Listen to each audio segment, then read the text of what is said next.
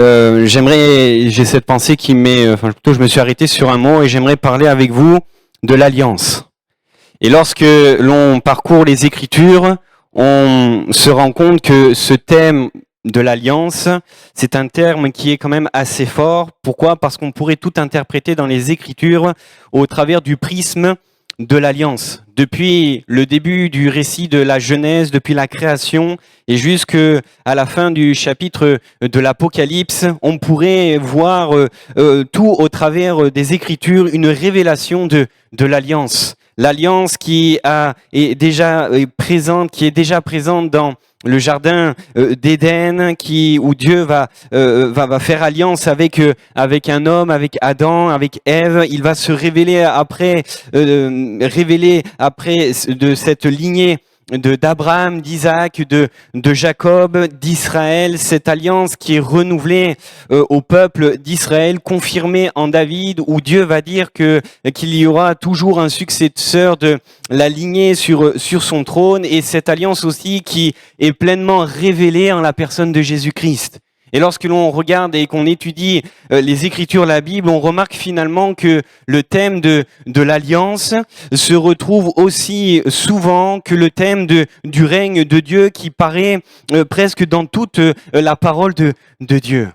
En tout temps, Dieu a voulu avoir une relation avec l'homme. Depuis la création, au moment où Dieu a créé le jardin d'Éden, depuis le moment où Dieu a créé l'homme à son image, à l'image d'un Dieu relationnel, il y a aussi dans son cœur le désir de pouvoir être en relation tout le temps avec l'humanité, avec l'homme. Mais il fallait pour cela un cadre. Il fallait pour cela, pour être en relation, pour vivre cette relation, Dieu a fait alliance avec l'humain. Dieu a fixé ce cadre au travers de l'alliance, et nous voyons que dans la Bible, avec Adam, il avait fait une alliance qui était très simple. Il y avait un commandement qu'il devait respecter. Et on sait que ce commandement ne va pas être respecté et que cette alliance va être rompue. Et après, nous voyons que cette alliance ne va pas, être respectée, mais malgré cela, Dieu va continuer de faire alliance avec Noé, avec un homme, Abraham, sa famille, avec Israël, avec David. Mais on remarque que plus on avance dans les Écritures et que l'on regarde le sujet de l'alliance, et plus aussi on voit une réalité qui vient presque se mettre en face de l'alliance, c'est qu'on a l'impression que depuis que l'homme est homme, l'homme n'a jamais cessé de faire naufrage face à cette alliance. N'a jamais cessé de faire naufrage face à celle-ci. Le jardin d'Éden, je le disais à l'instant, un commandement. Et finalement, Adam et Ève vont désobéir. Pourquoi ? Pour être comme des dieux, pour être à la hauteur de Dieu. Noé qui échappe au déluge, qui va avec sa famille rentrer dans l'arche. Dieu va protéger Noé, protéger sa famille, mais ça ne va pas durer finalement. Parce que Noé va faire excès de vin, et à un moment donné, il va être ivre dans sa tente, et son fils va venir le voir, il va voir la nudité de son père, et le déshonneur va s'abattre sur cette famille. Et on voit qu'après Noé, il y a toujours eu ce péché, ce mal qui est dans le cœur de l'homme. L'homme est toujours dirigé à faire ce qui n'est pas bien. Et si jusqu'à maintenant l'alliance que Dieu fait envers tous les hommes on voit qu'à partir du chapitre 12 du livre de la Genèse, Dieu va choisir une famille. Dieu va choisir un homme, Abraham, et jusqu'à maintenant, au travers d'Adam, au travers de Noé, c'est comme si Dieu faisait alliance avec toute l'humanité d'une façon générale, mais à partir de Genèse 12, et à cause du péché qui est là, qui s'accroît encore, Dieu choisit une famille. Dieu choisit un homme, Abraham. Il va l'appeler Abraham à faire alliance avec lui. Il va lui promettre d'être une bénédiction. Dieu va lui promettre que toutes les familles de la terre seront bénies par sa postérité. Dieu va réitérer sa promesse et son alliance envers Isaac, envers Jacob. Mais on remarque même cette promesse qui finalement se répète dans le désert avec le peuple d'Israël, la lignée, les enfants de Jacob qui se retrouvent dans le désert où Dieu, au travers des 10 commandements, au travers de la nuée, au travers d'un homme, Moïse va inscrire Dieu va inscrire une nouvelle alliance. Tout ce qui était dit avant de façon orale va maintenant être mis par écrit. Dieu va mettre toutes les lois, tout ce qu'il faut sur des tables de pierre. Dieu va inscrire cette alliance, mais comme je le disais, l'humanité n'a jamais cessé de faire naufrage par rapport à cette alliance, n'a jamais cessé de rompre cette alliance. Mais il y a une parole profonde dans les Écritures. Et c'est là-dessus où j'aimerais vous emmener ce matin, qui nous parle d'une alliance qui est plus excellente, qui nous parle d'une alliance qui est parfaite, qui nous parle d'une alliance qui est nouvelle. Et je vous invite à aller dans le livre, dans l'épître, aux Hébreux, chapitre 8, et à partir du verset 1er, Hébreux, chapitre 8, verset 1er.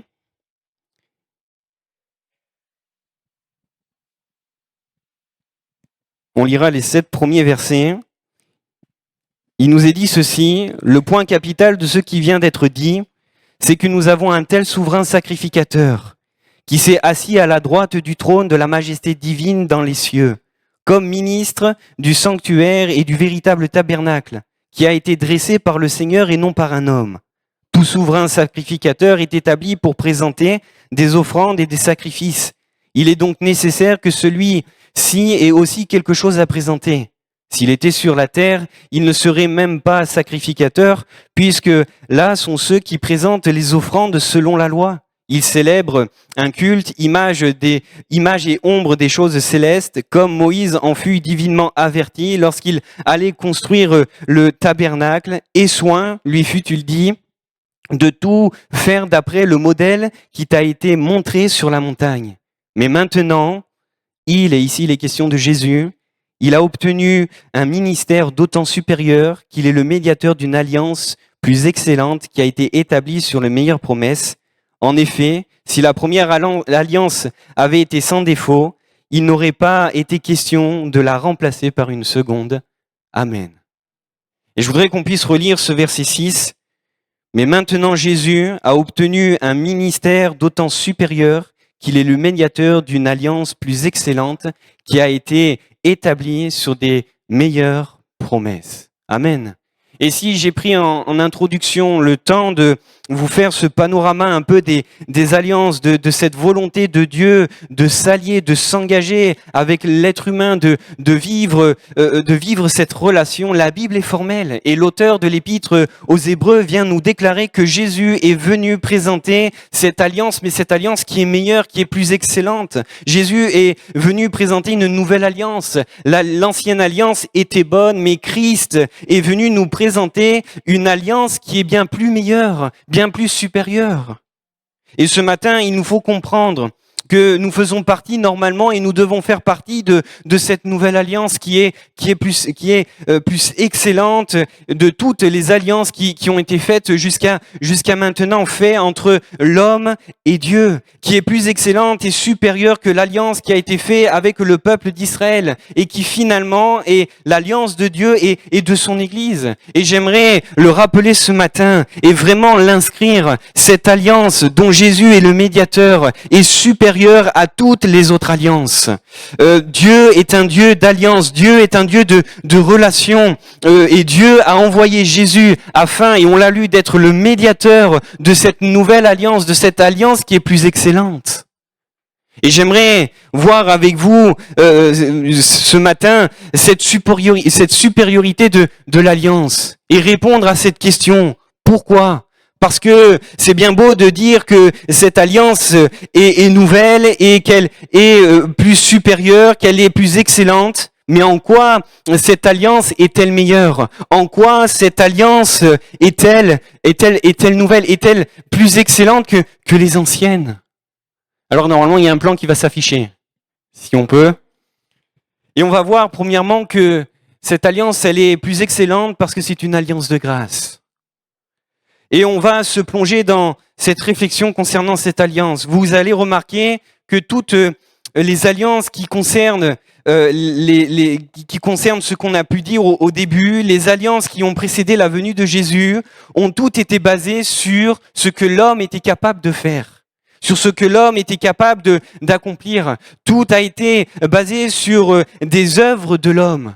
Je reviens au jardin d'Éden. Le jardin d'Éden, ça se résume en un commandement. Dieu va dire à l'homme, tu pourras manger de tous les fruits des arbres qui sont dans le jardin, mais tu ne mangeras pas du fruit de l'arbre de la connaissance du bien et du mal. Un commandement. Et ce qui est venu rompre l'alliance, c'est cette désobéissance à ce commandement. Si on va un peu plus loin avec Abraham, Isaac et Jacob, et que l'on va jusqu'au peuple d'Israël où Dieu établit cette alliance, où Dieu va dire « Je serai votre Dieu, vous serez mon peuple, je siégerai au milieu de vous et vous donnerez ce pays. » Donc des promesses de bénédiction, des promesses de la présence même de Dieu au sein de son peuple, des promesses même de sécurité. Mais tout ça était attaché finalement à quoi? À la loi.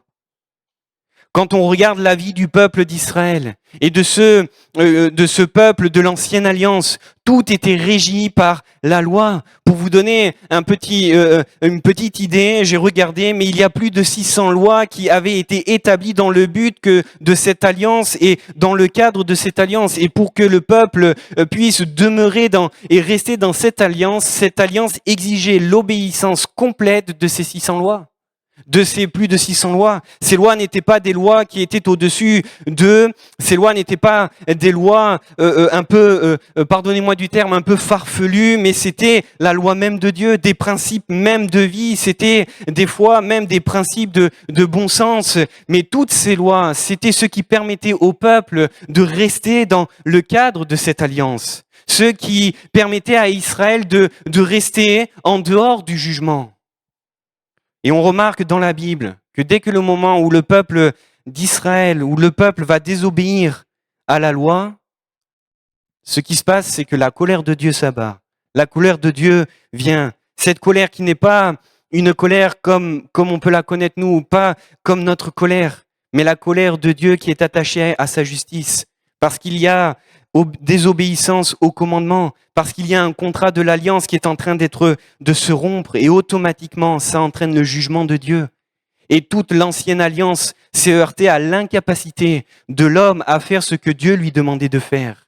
Et c'est là le triste constat que l'on regarde dans l'Ancien Testament, c'est que l'ancienne alliance exigeait l'obéissance stricte de la loi et l'homme n'a pas su faire et n'a pas su respecter tout ce que Dieu lui demandait. Alors la nouvelle alliance, elle est supérieure. Pourquoi? Parce que si l'ancienne alliance exigeait l'obéissance de la loi, des 600 textes de loi, des plus de 600 textes, la nouvelle alliance est basée sur la grâce et la miséricorde de Dieu. Elle ne nous rétribue pas selon nos œuvres. Elle ne nous rétribue pas selon notre péché. Et la Bible nous dit que le salaire du péché, c'est la mort. Et la mort ne tombe pas sur nous dans cette nouvelle alliance parce que Dieu use de miséricorde envers les pécheurs. Il a donné son Fils Jésus-Christ afin qu'il soit médiateur d'une alliance supérieure qui permet à celui qui est pécheur mais qui s'approche de Jésus, qui reconnaît l'œuvre de Christ, de ne pas subir et de ne pas payer le prix de ses péchés.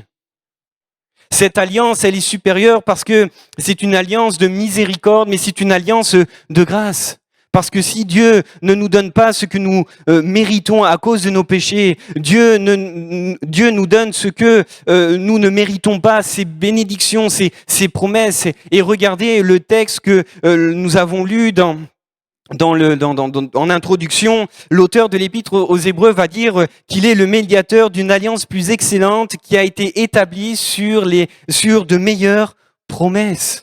Pourquoi? Parce que nous ne méritons pas ces choses. Nous ne méritons pas les promesses de Dieu. Nous ne méritons pas la faveur de Dieu. Mais dans sa grâce, dans sa miséricorde caractéristique de cette alliance, Jésus nous permet de vivre toutes ces choses. Jésus nous permet de vivre pleinement les promesses que Dieu a accomplies pour eux et que Dieu veut nous donner.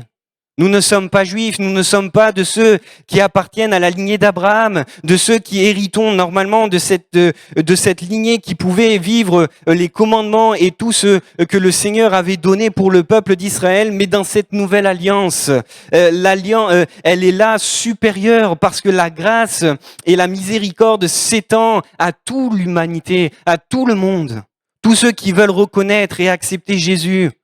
Et cette nouvelle alliance, c'est une alliance de grâce. Cette nouvelle alliance, elle est supérieure parce que c'est une alliance de grâce.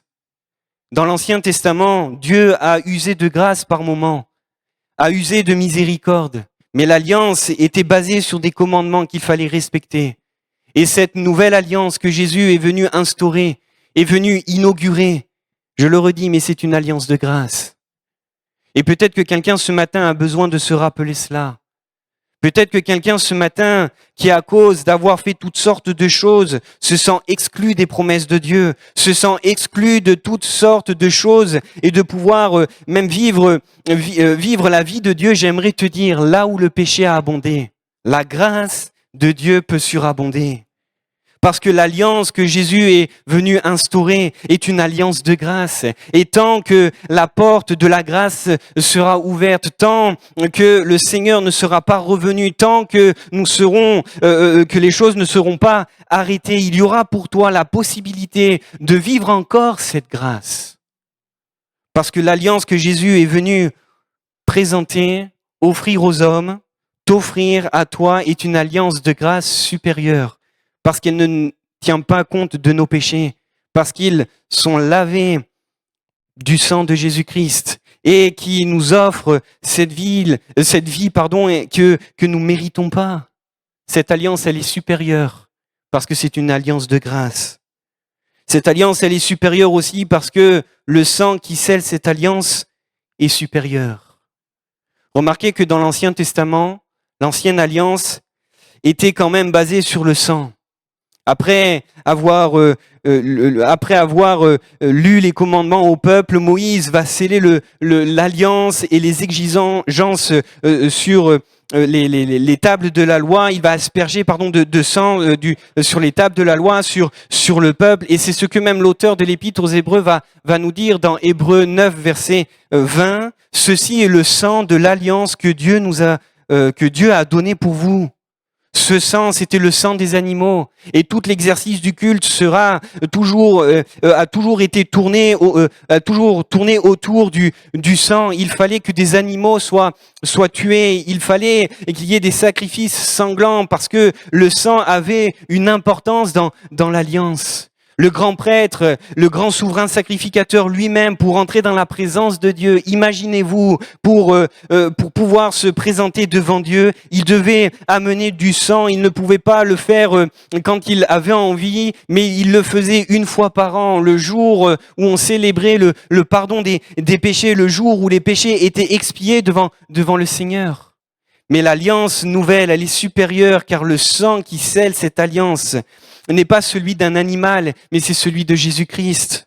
Le sang qui est venu sceller cette alliance nouvelle, ce n'est pas juste le sang d'un bouc, ce n'est pas juste le sang d'un taureau qui a été sacrifié sur l'autel, mais c'est le sang de Jésus, Dieu lui-même revêtant l'humanité, qui a été crucifié, dont le sang a coulé dans le seul but de maintenant instaurer, présenter une alliance possible, non pas par le sang qui n'est pas suffisant des animaux, mais par le sang de Jésus-Christ, Dieu lui-même portant les péchés de l'humanité sur la croix et obtenant maintenant l'expiation, le pardon pour tous ceux qui veulent croire en lui.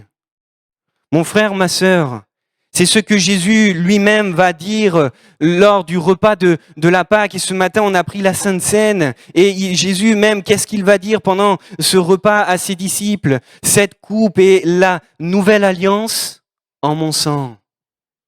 Et ce sang vient marquer une nouvelle alliance, et vient marquer une alliance nouvelle, plus excellente, et vient sceller cette alliance. Et l'alliance, elle est supérieure par Jésus-Christ. Pourquoi? Parce que si dans l'Ancien Testament, il a fallu que le sang coule et coule encore, Jésus a souffert une fois pour toutes. Jésus, son sang a coulé une fois pour toutes, afin que celui qui croit ne périsse pas, mais soit lavé de ses péchés, soit purifié, soit pardonné. Et c'est ce que même Pierre, dans son épître, va dire. Il va dire ceci: ce n'est pas par des choses périssables, par de l'or ou de l'argent, ou par de l'argent ou de l'or, pardon, que vous avez été rachetés de la vaine manière de vivre que vous aviez hérité de vos pères, mais par le sang précieux de Christ, comme d'un agneau sans défaut et sans tache. Ce sang qui nous lave, ce sang qui nous purifie de tout péché. Et si je pouvais dire tout à l'heure que l'alliance, elle est supérieure parce que c'est une alliance de grâce, cette alliance, elle est supérieure parce que le sang de Christ a cette capacité de nous laver de nos péchés, a cette capacité de nous pardonner. Ce sang est plus supérieur que celui des boucs, que celui des taureaux, que celui des animaux. Ce sang est capable de te laver et de laver de tes péchés, de te pardonner. Et mon frère, ma sœur, cher ami, toi qui es là ce matin, j'aimerais te dire que le sang de Jésus est encore capable de te pardonner de tes péchés. Le sang de Jésus est celui qui lave et il veut encore le faire ce matin. Si la parole est prêchée, si le Seigneur veut nous rappeler les bénéfices de cette nouvelle alliance, ce qu'il veut nous rappeler, il veut nous rappeler la simplicité pour toi ce matin, parce que la grâce est donnée, la miséricorde est encore possible dans le cœur du Seigneur de t'offrir le pardon de tes péchés. Cette alliance est supérieure. Rappelez-vous même de cette femme pécheresse, prise en flagrant délit d'adultère. Elle aurait dû, d'après la loi, elle aurait dû mourir. Elle aurait dû être lapidée. Mais la grâce de Jésus, lui le médiateur de cette nouvelle alliance, a usé de miséricorde en disant: je ne te condamne plus, je ne te condamne pas non plus, va mais ne pêche plus. Jésus a usé de grâce. Et Jésus veut faire la même chose pour toi. Il veut nous ouvrir les portes de la grâce. Celui qui a besoin de venir, ou je dirais même de revenir à Jésus. Celui qui peut-être a pris ce contrat, cette alliance, cet engagement avec le Seigneur, mais qui a comme rompu l'engagement à cause d'une vie qui n'est plus en adéquation avec ce que le Seigneur attend, une vie qui ne nous permet plus de vivre cet échange avec Dieu. Peut-être que ce matin, tu as besoin de venir ou de revenir à la croix, de revenir à là où ce sang a coulé. Cette alliance, elle est supérieure parce que le sang de Jésus est supérieur, parce que le sang de Jésus a coulé. Cette alliance est supérieure parce que le sang de Jésus qui a coulé crie victoire. Il peut te donner la victoire sur ton péché. Il peut te donner la victoire aussi sur toute chose, sur tout ce que tu as besoin. Parce que Jésus, à la croix, il a pu dire: mais tout est accompli. Ce sang est supérieur, il nous permet de nous laver de nos péchés. Mais le sang de Christ nous permet aussi de nous rapprocher de Dieu. Dans l'ancienne alliance, et s'il y avait plus de 600 lois, s'il y avait toutes ces règles qui régissaient aussi l'échange et la relation entre le peuple d'Israël et Dieu, qui était juste à cause de sa sainteté, il ne pouvait pas se mélanger au péché du peuple. Il faut remarquer que tous ces commandements, toutes ces lois, toute cette ancienne alliance, et je vais m'expliquer, a plutôt contribué à éloigner le peuple de la présence de Dieu.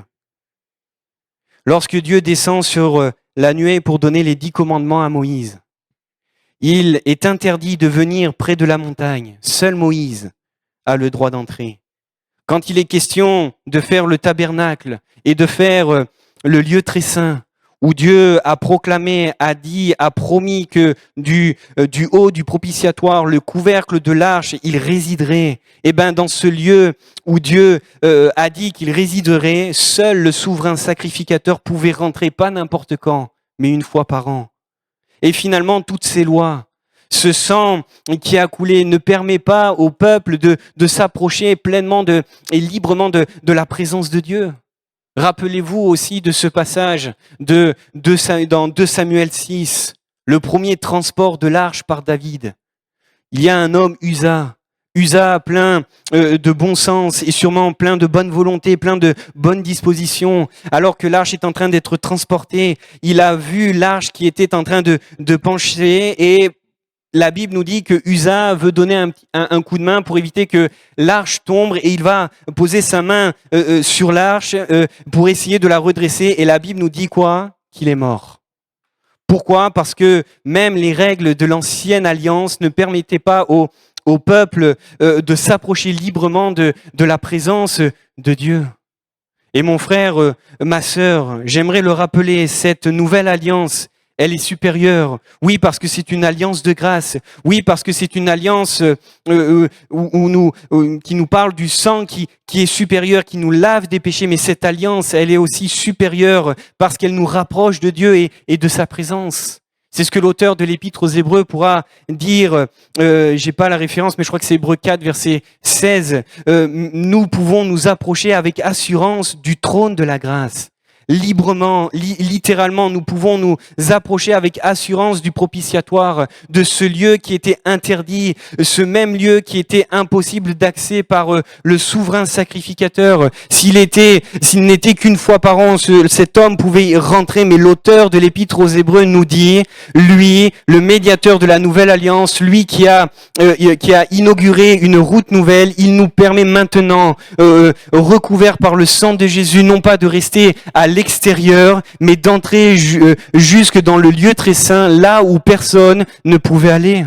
Parce que l'ancienne alliance que nous avons, parce que l'alliance que nous avons et que nous pouvons vivre en Jésus-Christ est une alliance supérieure qui nous rapproche et qui ne nous éloigne pas de la présence de Dieu, qui nous permet d'être près du Seigneur, de vivre cette communion comme dans le jardin d'Éden, lorsque Dieu était en relation parfaite avec Adam. Dieu pouvait parler à Adam pouvait parler à Dieu. De la même façon, Dieu restaure ce qui a été détruit au commencement. Et il nous permet d'entrer dans cette nouvelle alliance et de nous approcher de Dieu simplement, librement et avec assurance. L'apôtre Paul pourra le dire dans l'Épître aux Éphésiens, Éphésiens 2, verset 13. Mais maintenant, en Jésus-Christ, vous qui étiez jadis éloignés, vous avez été rapprochés par le sang de Christ. Et cette alliance, elle est plus supérieure que les alliances précédentes. Maintenant que nous sommes peuple de la nouvelle alliance, nous qui n'étions pas héritiers des promesses, nous qui n'avions pas part à ces bénédictions, nous avons maintenant obtenu les promesses. Nous qui n'avions pas part à tout ce que le Seigneur avait préparé pour son peuple, le Seigneur nous a donné et nous a permis d'avoir part à toutes ces promesses. Alors oui, nous sommes de ceux qui pouvons jouir pleinement de cette alliance et de cette alliance qui est supérieure. Si cette alliance est une alliance de grâce, si cette alliance est une alliance dont le sang est supérieur, cette alliance, elle est aussi une alliance qui est accessible par son médiateur. Et vous comprenez le sens du médiateur, c'est lui qui, lorsqu'il y a un conflit, il est là, il vient apporter médiation entre les deux parties. Et Jésus est venu opérer cette œuvre-là. La Bible nous dit qu'il est venu faire le pont entre l'homme et Dieu. Jésus est venu faire ce que l'être humain ne pouvait pas faire. Il nous faut comprendre cette alliance qui est supérieure, cette alliance qui est accessible par son médiateur, nous amène à réfléchir et à comprendre que Jésus a tout accompli pour que nous puissions vivre cette alliance, vivre les bénédictions qu'il y a de cette alliance, et aussi que nous n'avons rien à rajouter à l'œuvre de Jésus. Jésus est venu faire même notre part. Il a revêtu l'humanité. Il s'est soumis à tous ces commandements que l'homme n'a pas su se soumettre. Il n'a péché en rien. Il a été soumis à la tentation, mais il a résisté. Il a été soumis pour pouvoir même mentir parfois pour s'en sortir, mais il ne l'a pas fait. Jésus a été soumis en toutes sortes de choses, éprouvé même dans la chair comme vous, comme moi, mais Jésus n'a cédé en rien. Et lorsque sur la croix, il crie, tout est accompli. Il est vrai que cela nous parle de son œuvre, de ce qu'il peut accomplir, mais cela nous parle aussi de l'alliance et de l'ancienne alliance. Tout a été accompli. Jésus a obéi à toutes ces lois. Jésus-Christ sur la croix, en s'offrant lui-même comme victime, a tout accompli parce que l'ancienne alliance, il l'a accomplie et il va pouvoir dire, je ne suis pas venu pour abolir la loi, mais je suis venu pour l'accomplir. En revêtant l'humanité, Jésus nous a montré aussi cet exemple. Il a tout accompli en disant, en allant jusqu'à la croix. Jésus a aussi tout accompli en ce qui concerne la justice de Dieu. Un homme a péché et le péché s'est étendu à toute l'humanité. Un homme meurt sur la croix afin que le péché soit ôté. Il a payé le prix, il a porté le châtiment, il a souffert. Il n'est pas resté sur la croix. Jésus-Christ est ressuscité afin de triompher et afin d'être encore triomphant aujourd'hui. Cette alliance est accessible par son médiateur parce que Jésus-Christ a tout accompli. Mon frère, ma sœur, pour pouvoir jouir de cette alliance, ce n'est pas en voulant vivre une vie parfois de pharisiens. Ce n'est pas en nous imposant toutes sortes de choses. C'est simplement en venant par Jésus. C'est simplement en vivant comme Jésus. C'est simplement en suivant Jésus. Cette alliance se vit par Jésus et non pas par nos œuvres, non pas par nos efforts. Je l'ai dit tout à l'heure, mais c'est une alliance de grâce. Tout est grâce. Ce n'est pas par les œuvres que nous sommes sauvés. Ça a été rappelé dans le texte de la Sainte Seine. Ce n'est pas parce que nous pouvons faire toutes sortes de choses. Ce n'est pas parce que nous mettons beaucoup d'énergie parfois dans toutes sortes de choses que nous jugeons bonnes que nous sommes sauvés. Nous sommes sauvés par la foi parce que c'est par grâce que Dieu nous donne et que c'est par grâce que nous sommes sauvés.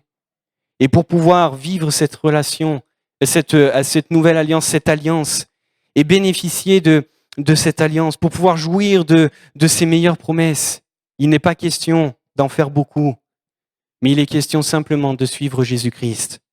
Il a tout accompli afin que en lui, nous pouvons aussi vivre le tout accompli. Et ce matin, cette alliance, tu peux aussi la vivre. Et peut-être que tu as besoin de te rappeler que c'est en Jésus que tu as besoin de vivre. Et cette alliance, elle est accessible uniquement par le Fils, qui a été établi médiateur d'une alliance plus excellente. Mon frère, ma sœur, mon ami, si tu veux vivre ces promesses qui sont cachées et qui sont dans cette alliance, il faut simplement venir ou revenir à Jésus-Christ. Parfois, on peut faire beaucoup d'activités, mais cette alliance, qui est finalement une alliance de communion, nous ne la vivons pas. Nous nous approchons plus du Seigneur. Parfois, nous sommes tellement pris par cette charge que nous avons et nous oublions que nous sommes chrétiens avant tout, que nous avons besoin de vivre la vie de Jésus-Christ, que nous avons besoin d'être des gens intègres, des gens honnêtes. Nous avons besoin de fuir le mensonge. Nous avons besoin de fuir toutes sortes d'immoralités, de fuir tout ce qui pourrait nous faire sortir de cette alliance, tout ce qui pourrait venir et rompre cette alliance, de tout ce qui pourrait être un frein, un obstacle, une barrière entre nous et Dieu. Et c'est pour cela que je veux insister ce matin en disant que cette alliance, elle est accessible, non pas par nos œuvres, non pas par nos efforts, non pas par nos mérites, mais uniquement par ce médiateur qui est Jésus-Christ. C'est par la foi aussi que nous pouvons vivre cette alliance. Tout est grâce dans cette alliance. Les talents que le Seigneur nous donne, les capacités qu'il nous accorde, tout nous vient de lui. Le temps qu'il nous permet de consacrer, la famille qu'il nous permet d'avoir, c'est par grâce. Tout ce qu'il nous donne dans cette alliance ne sont que grâce parce qu'il ne nous regarde pas, il ne nous regarde pas à ce que nous étions, mais il voit Jésus, il voit le sang qui a coulé pour nous. Dieu ne nous rétribue pas selon nos actions, mais il le fait par grâce. Et c'est pour ça que nous pouvons vivre cette alliance et être au bénéfice de cette alliance uniquement par la foi. Et je dirais par la foi active, pas une foi qui est passive, pas une foi qui est juste spectatrice, mais une foi qui agit. Souvenez-vous de cette femme qui a su que Jésus passait non loin d'elle. Elle qui vivait avec un mal depuis 12 ans. Elle a eu la foi dans son cœur. Elle a eu la foi dans son cœur que Jésus pouvait la guérir. Mais cette femme, elle n'est pas restée là, les bras croisés, en attendant et en disant, Seigneur, guéris-moi. Mais la Bible nous dit qu'elle est venue. Elle a surmonté toutes les barrières humaines, toutes les barrières physiques pour aller toucher le bord du vêtement de Jésus. Parce que cette foi qui était dans son cœur l'a poussée à agir. Et de la même façon, si nous sommes dans la foi, dans cette foi authentique, en faisant confiance au Seigneur, ayant soumis toute notre vie à Dieu, ayant cette bonne vie qu'il s'agit de vivre et de suivre les pas de Jésus, cette marche de la foi, cette foi qui va nous pousser à agir, cette foi qui va nous pousser à nous mettre en action, cette foi qui va nous pousser à vivre les œuvres que Dieu a préparées d'avance pour nous. Et c'est pour cela que l'apôtre Jacques pourra dire ceci, la foi sans les œuvres, elle est morte. Parce que la foi dans le cœur de l'homme n'est pas passive, elle n'est pas spectatrice, mais elle nous pousse à agir. Elle nous pousse à agir. On parle d'alliance. Dieu s'est engagé et de quelle manière il l'a fait? Venant à la personne de Jésus-Christ, faisant ce que personne n'a réussi à faire, obéir à toute la loi, aller jusqu'au bois de la croix, faire ce que personne ne pouvait faire. Jésus ne paye pas le châtiment pour ses péchés, mais il paye pour toute l'humanité. Il meurt, il est placé au tombeau, il est ressuscité le 3e jour. Il vient se révéler en puissance et gloire, montrant sa toute-puissance et son triomphe. Mais Jésus va dire une chose, celui qui croira et qui sera baptisé sera sauvé. Dieu s'est engagé, et s'il est vrai que la foi sauve et que la foi n'est pas spectatrice, la foi nous pousse à agir. Et j'aimerais peut-être parler à quelqu'un ce matin qui fréquente ce lieu, mais qui ne s'est jamais engagé. Parler à quelqu'un qui n'a jamais pris son baptême, te poser la question, qu'attends-tu? Jésus a tout accompli, il a tout fait. Jésus a tout opéré en sa personne. Et sur le bois de la croix, la foi, c'est aussi se mettre en action. La foi nous pousse à agir. Et si tu crois fermement que Jésus est allé à la croix pour toi, si tu crois fermement que Jésus est venu pour te sauver, si tu crois qu'il est mort pour t'arracher de cette vie de la mort, et si tu crois que en Jésus, tu es une nouvelle créature, mais qu'attends-tu? La foule, le stress, la peur, pardon de dire ça comme ça, mais ce n'est pas des motifs valables devant le Seigneur. Le jour où on va pas comparaître devant Dieu, on ne pourra pas dire « Seigneur, j'avais peur ». Seigneur, il y avait la foule qui était là. Seigneur, il y avait le stress. Et cette alliance est une alliance qui peut se vivre en Jésus-Christ, mais c'est une alliance qui se vit par la foi. Par la foi. J'arrive sur ce dernier point. Cette alliance est supérieure parce que c'est une alliance de grâce, supérieure parce que ce sang est supérieur à celui des animaux, il nous lave de nos péchés, il nous rapproche de Dieu. Cette alliance est accessible par son médiateur et par la foi. Et cette alliance est à vivre maintenant. Cette alliance est quelque chose à vivre au présent. Cette alliance est à vivre pour toi aujourd'hui et nous sommes appelés à vivre dans cette alliance. La Bible nous dit que nous avons tout pleinement en Christ. Et il nous faut comprendre que Jésus, en mourant à la croix, en accomplissant tout, Jésus, en s'écriant « tout est accompli », est en train de nous dire que grâce à cette alliance, le Seigneur nous permet de faire ce que nous n'avions pas et nous n'avions pas été capables de faire jusqu'à maintenant. Jésus a montré le chemin, il est le guide, lui qui obéissant, a obéi à toutes les règles, lui qui a su vivre sous le règne de Dieu, lui qui a su se soumettre au Père, lui qui n'a failli en rien, il nous a tout pleinement donné dans cette nouvelle alliance afin que nous suivions ce modèle. Il a ouvert une route nouvelle, il a tracé un nouveau chemin, un chemin de sainteté, un chemin de sanctification, un chemin qui nous permet de vivre et qui nous permet de vivre et qui nous de nous soumettre aux exigences de Dieu. Tout simplement parce que Jésus, à la croix, a pu dire mais tout est accompli. Tout est accompli. Alors c'est quoi vivre cette alliance aujourd'hui? C'est de vivre ce tout pleinement en Jésus-Christ maintenant. C'est pouvoir vivre la réalité de son alliance, de celui qui a tout accompli, celui qui a inauguré une route nouvelle, de celui qui a déposé cette vie en nous. Et c'est vivre cette vie maintenant, pas d'attendre d'être au ciel, d'être parfait. Mais cherchons à ce que cette vie se développe, cherchons à ce que le fruit de l'esprit se développe, cherchons à ce que cette vie de Dieu agisse. La Bible nous dit qu'il va nous donner l'esprit qui est un gage de cet héritage. Pourquoi? Parce que l'alliance signifie testament et un testament nous parle d'héritage et Dieu nous a laissé un héritage dans cette nouvelle alliance. Jésus nous a laissé un héritage et cet héritage, il est certes dans les lieux célestes, mais il n'est pas juste réservé à la fin de toute chose. Il est aussi à vivre maintenant dans cet héritage. Nous avons tout pleinement. Nous avons tout ce dont nous avons besoin, non seulement pour notre salut, mais pour notre vie. Nous avons tout ce dont nous pouvons puiser pour pouvoir vivre une vie en conformité avec Dieu. Et la Bible nous dit que Dieu va nous donner l'Esprit qui vient là être un gage de cet héritage. Le gage qui vient attester que cet héritage, nous l'avons et nous pouvons jouir maintenant. Mais la question est de savoir si nous voulons vivre ce tout pleinement, de savoir si nous voulons puiser dans cet héritage, si nous voulons fixer nos regards là-haut, là où le Seigneur nous a donné des trésors. Et si nous voulons vivre maintenant cette vie de foi, les ressources que le Seigneur nous a données. Je le dis, mais nous ne ferons pas mieux que nos pères. Nous ne serons pas meilleurs que les autres si nous vivons en conformité avec la loi. Mais si nous vivons une vie de foi par le Seigneur, dynamisée par son esprit et en suivant ses pas, nous pourrons vivre comme Jésus a vécu. Parce qu'il nous a tout pleinement donné par sa divine puissance.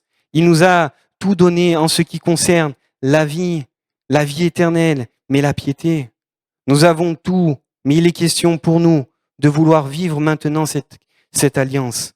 Il est question pour nous maintenant de choisir de venir à Jésus, peut-être de revenir à Jésus sous le sang de la croix s'il y a besoin. Comprendre que c'est par la foi que nous pouvons atteindre et vivre cette alliance et pouvoir être au bénéfice de tout ce que Dieu a préparé d'avance pour nous. Je veux bien qu'on puisse courber nos fronts et on va simplement prier. Merci Seigneur pour ta parole, merci Seigneur pour ces instants, merci Seigneur pour ce temps de culte, ces chants, ces prières. Merci parce que, Seigneur, c'est vrai que tu es celui qui a fait une alliance parfaite.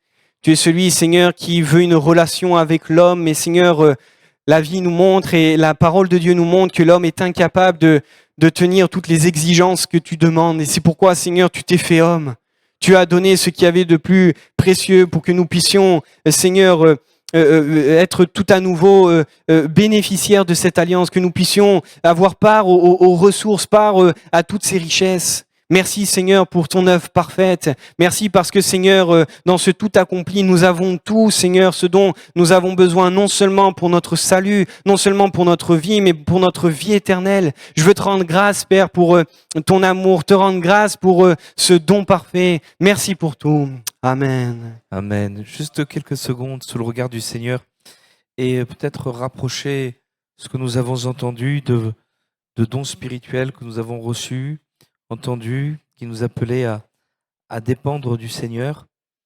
Et cette nouvelle alliance, elle ne dépend plus de toi, de tes œuvres, mais elle dépend de ce que Jésus a accompli à la croix. Est-ce que tu crois qu'il a tout accompli, qu'il ne manque rien pour que tu aies la paix? Alors, pourquoi est-ce que tu es toujours dans cette inquiétude? On peut savoir des choses et comprendre que le rapport que Dieu a établi avec nous, cette alliance, elle repose sur Jésus qui a tout accompli. On peut le savoir. On peut même vivre certaines choses et s'arrêter à un certain niveau et ne pas vivre pleinement toutes les bénédictions que Dieu voudrait voir vivre. Et ce matin, que tu puisses trouver la paix, le repos, en disant, mais Jésus a tout accompli. En réalité, je n'ai qu'à m'appuyer sur lui. C'est je n'ai même plus à peut-être que simplement le grand combat qu'il y a dans ton cœur, c'est l'incrédulité. C'est simplement de placer ta confiance en lui, de dépendre de lui. Vous savez, un petit peu comme ce papa qui demande à son petit garçon, allez, tu peux te jeter dans mes bras. Il se trouve à une certaine hauteur. Je vais te rattraper. On peut avoir peur du vide, on peut avoir peur du vertige, mais le papa, il récupère son petit et le petit, il a confiance. Et ce matin, ne remets plus en doute ton salut, ne remets plus en doute eh bien, la guérison sur ta maladie. Ne remets plus en doute, mais dépend de ce que Jésus a fait. Entre, vous savez, Guillaume a parlé de cette nouvelle alliance avec le souverain sacrificateur. Il y avait un sanctuaire. C'était comme une maison. On peut rester dehors en disant je suis sauvé, mais je suis dehors. Et on peut dire je suis dedans, je suis sauvé, mais je suis à l'abri, je suis dedans. Je suis dans une communion avec mon Père céleste. Et si tu rentrais dans cette alliance pleinement? Alléluia. Et ce matin, simplement dire au Seigneur, je veux te connaître plus, Seigneur. Je veux te connaître plus. Apprends-moi à dépendre de toi.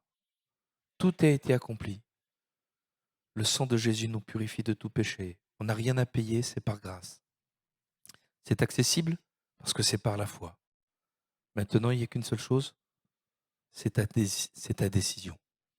Et Jésus dit, mais viens à moi, toi qui es fatigué et chargé, et je vais te donner le repos. Mais viens, viens.